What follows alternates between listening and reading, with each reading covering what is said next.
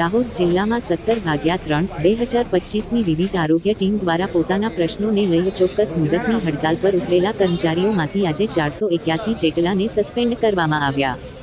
સરકારી નોકરીવાળા તમામ સરકારી બાબુઓ ચેતી જજો. જો તમે પણ સરકારની નોકરી કરો છો અને તમે સરકારના વિરોધમાં તમારી કોઈપણ માંગને લઈ અને જો વિરોધ કર્યો કે પછી હડતાલ પર ઉતર્યા તો તમારે પણ તમારી નોકરીમાંથી હાથ ધોવાનો વારો આવશે. જેવી રીતે હાલ ગુજરાતમાં 10,000ની ઉપર આરોગ્ય વિભાગના કર્મચારીઓને નોકરીમાંથી બરતરફ કરવામાં આવ્યા છે. એટલે સીધી લીટીમાં જો સરકારી નોકરી કરવી હોય તો આ સરકારના વિરોધનો વિચાર પણ મનમાંથી કાઢી નાખજો નહીં તો.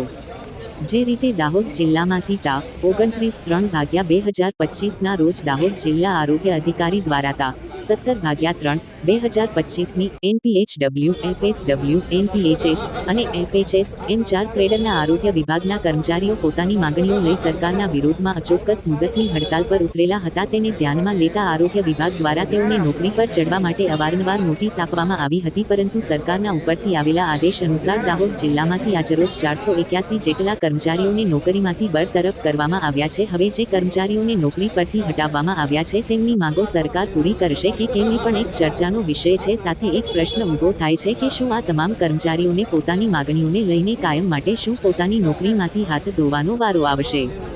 રિપોર્ટર કપિલ બારિયા.